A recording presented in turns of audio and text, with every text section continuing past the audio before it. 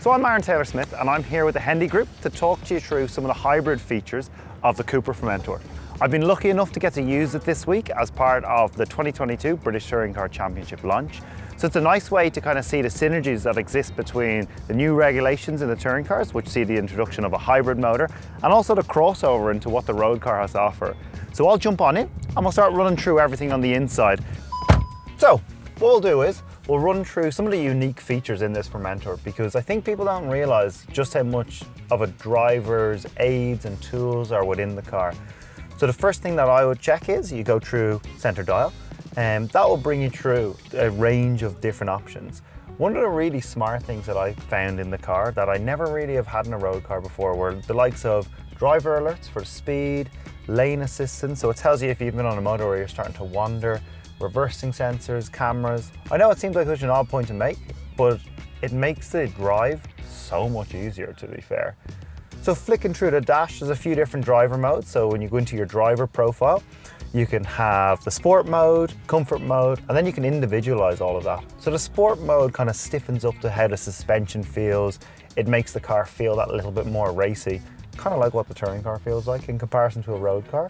So that's quite cool to be able to see what the CUPRA Motorsport theme crosses over into it.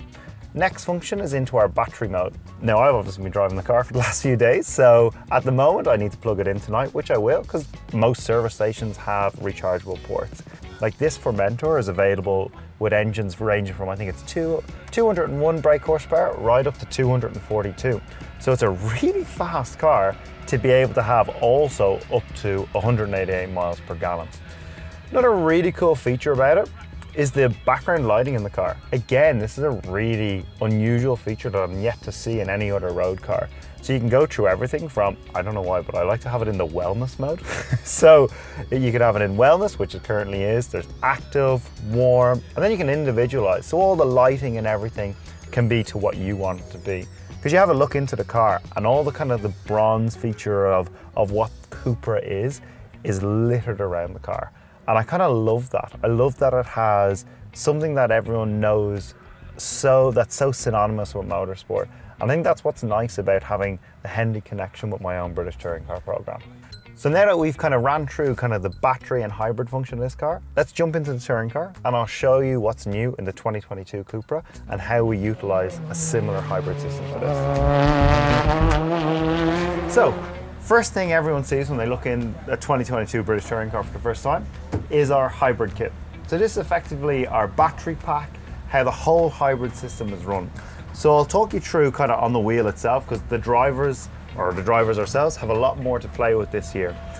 First thing you'll see when you look at it is our hybrid button. So that has the option to deploy up to about 40 horsepower for 15 seconds on the lap.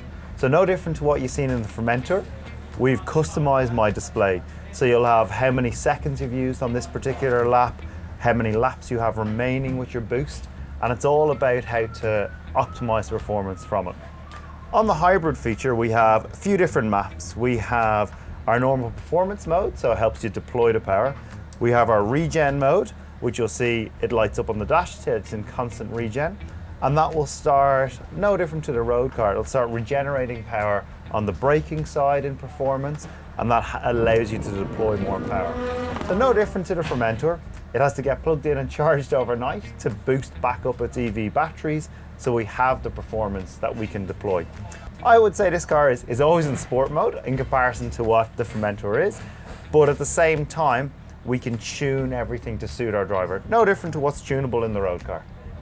So another really cool piece of tech is how you can actually change the dash and display of what you can have on display for yourself.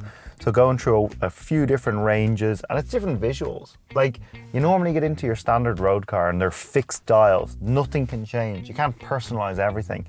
And that's what's really nice about this car. You can go through every page you want and set it to have exactly as you like to see. So for me, like being a racing driver, like what you really care about is seeing what the car in general can do. So I kind of have it on a display that has all the revs up, speed up like that, not about speed, your battery power, everything that you need to get the most out of this. I think one of my favorite features about this CUPRA is the technology that's inside the car. Like straight away you jump in and your eyes are drawn to this 12-inch display. It makes driving this so much easier. And I think that's what's nice about the CUPRA name. Like this technology in this is better than anything I've ever driven, to be perfectly honest. Like I'm not just saying this, but I've genuinely fallen in love with this car since getting it. And I cannot recommend getting a test drive in it yourself. I know the CUPRA dealership in Brighton have this exact car that people can get a run in and see what I'm talking about and how good of a car it is to drive.